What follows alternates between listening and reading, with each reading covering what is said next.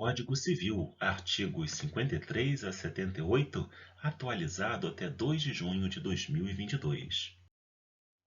Capítulo 2 das Associações, artigo 53. Constituem-se as associações pela união de pessoas que se organizem para fins não econômicos.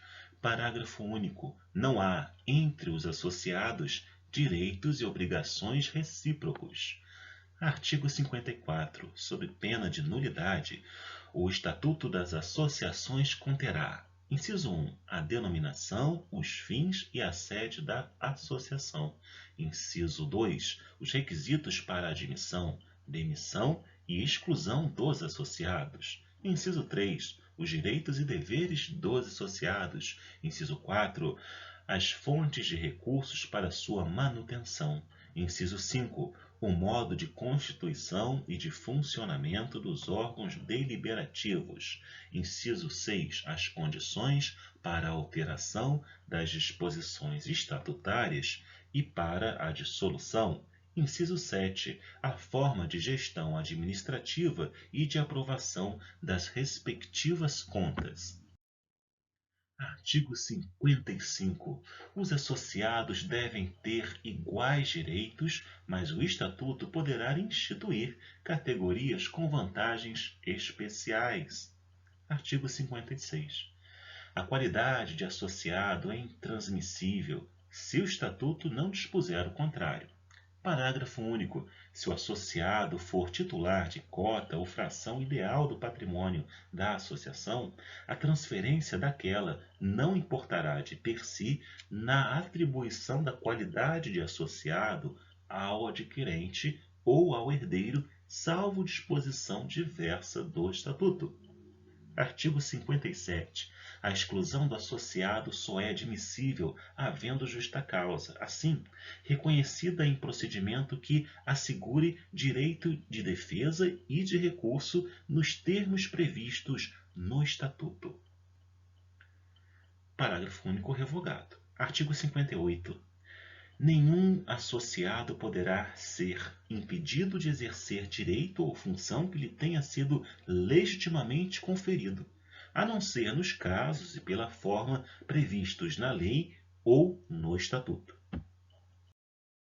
Artigo 59.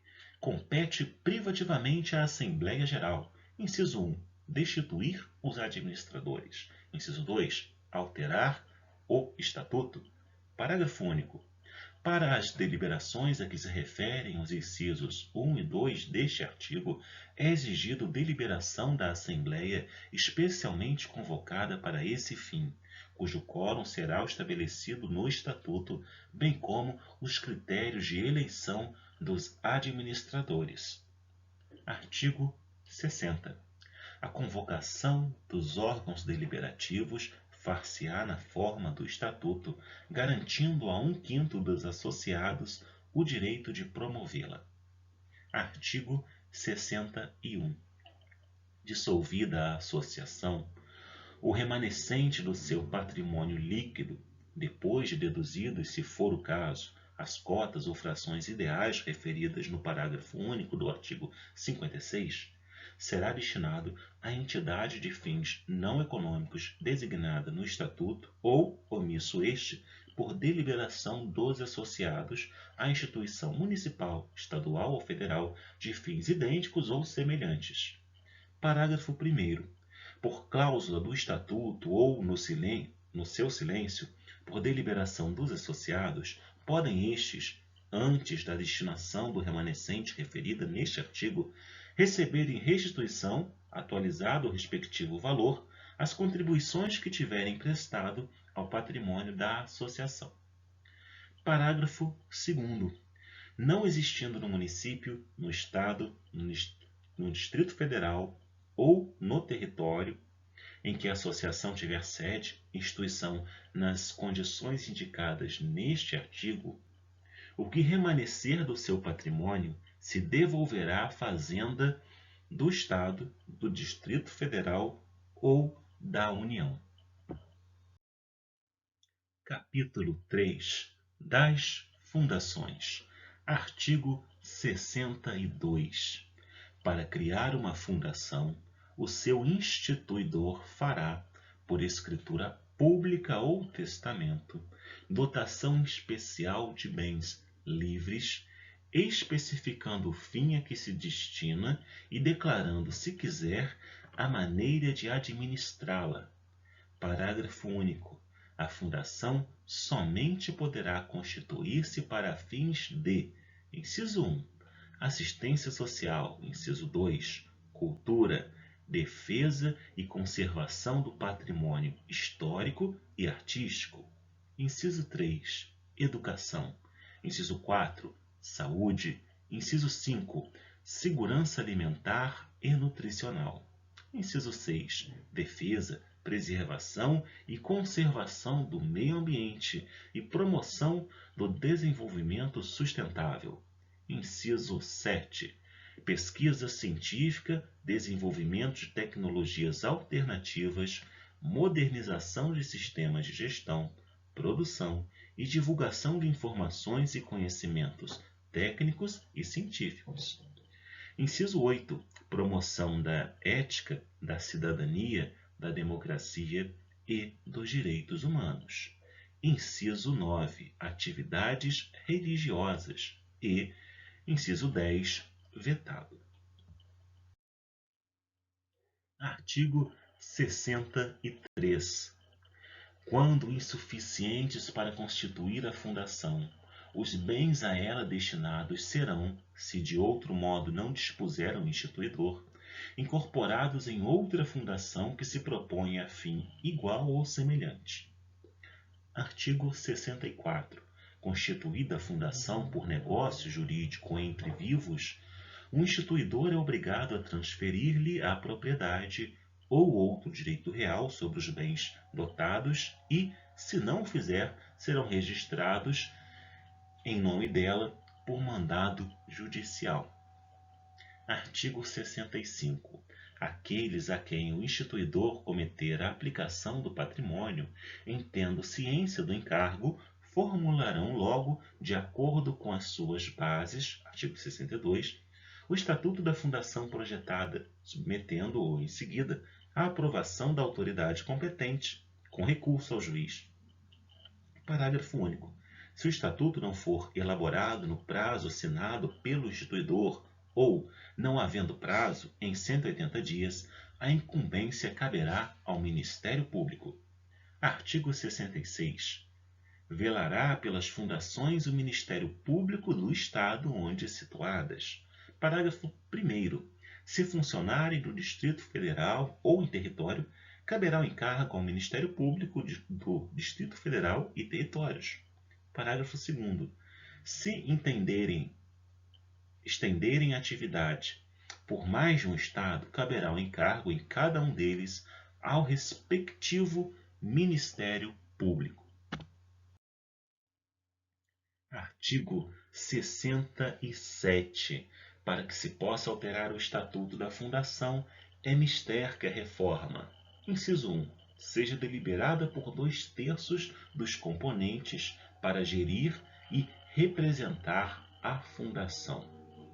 Inciso 2. Não contrarie ou desvirtue o fim desta. Inciso 3. Seja aprovada pelo órgão do Ministério Público no prazo máximo de 45 dias, fim do qual, ou, no caso de o Ministério Público a denegar, poderá o juiz supri-la a requerimento do interessado. Artigo 68. Quando a alteração não houver sido aprovada por votação unânime, os administradores da Fundação, ao submeterem o estatuto ao órgão do Ministério Público, requererão que se dê ciência à minoria vencida para impugná-la, se quiser, em 10 dias. Artigo 69. Tornando-se ilícita, impossível ou inútil a finalidade a que se visa a fundação, ou vencido o prazo de sua existência, o órgão do Ministério Público ou qualquer interessado lhe promoverá a extinção, incorporando-se o seu patrimônio, salvo disposição em contrário, no ato constitutivo ou no estatuto em outra fundação. designada pelo juiz, que se propõe a fim igual ou semelhante. Título 3 do domicílio. Artigo 70. O domicílio da pessoa natural é o lugar onde ela estabelece a sua residência com ânimo definitivo. Artigo 71. Se, porém, a pessoa natural tiver diversas residências, onde alternadamente viva, considerar-se-á domicílio seu qualquer delas. Artigo 72. É também domicílio da pessoa natural, quanto às relações concernentes à profissão, o lugar onde esta é exercida. Parágrafo único. Se a pessoa exercitar profissão em lugares diversos, cada um deles constituirá domicílio para as relações que lhe corresponderem. Artigo 73. Ter-se-á por domicílio da pessoa natural que não tenha residência habitual o lugar onde for encontrada. Artigo 74. Muda-se o domicílio, transferindo a residência, com a intenção manifesta de o mudar. Parágrafo único. A prova da intenção resultará do que declarar a pessoa às municipalidades dos lugares que deixa e para onde vai, ou, se tais declarações não fizer, da própria mudança, com as circunstâncias que a acompanharem. Artigo 75. Quanto às pessoas jurídicas, o domicílio é: inciso 1, da União, o Distrito Federal; inciso 2, dos Estados e Territórios, as respectivas capitais; inciso 3, do município, o lugar onde funcione a administração municipal; inciso 4, das demais pessoas jurídicas, o lugar onde funcionarem as respectivas diretorias e administrações, ou onde elegerem domicílio especial no seu estatuto ou atos constitutivos. Parágrafo 1º. Tendo a pessoa jurídica diversos estabelecimentos em lugares diferentes, cada um deles será considerado domicílio para os atos nele praticados. Parágrafo 2º. Se a administração ou diretoria tiver a sede no estrangeiro, haver-se-á por domicílio da pessoa jurídica, no tocante às obrigações contraídas por cada uma das suas agências, o lugar do estabelecimento sito no Brasil a que ela corresponder. Artigo 76. Tem domicílio necessário o incapaz, o servidor público, o militar, o marítimo e o preso. Parágrafo único. O domicílio do incapaz é o do seu representante ou assistente. O do servidor público, o lugar em que exercer permanentemente suas funções. O do militar, onde servir. E, sendo da Marinha ou da Aeronáutica, a sede do comando a que se encontrar imediatamente subordinado. E do Marítimo, onde o navio estiver matriculado. E o do preso, o lugar em que cumprir a sentença. Artigo 77. O agente diplomático do Brasil que, citado no estrangeiro, alegar extraterritorialidade sem designar onde tem no país o seu domicílio, poderá ser demandado no Distrito Federal ou no último ponto do território brasileiro onde o teve. Artigo 78. Nos contratos escritos, poderão os contratantes especificar domicílio onde se exercitem e cumpram os direitos e obrigações deles resultantes.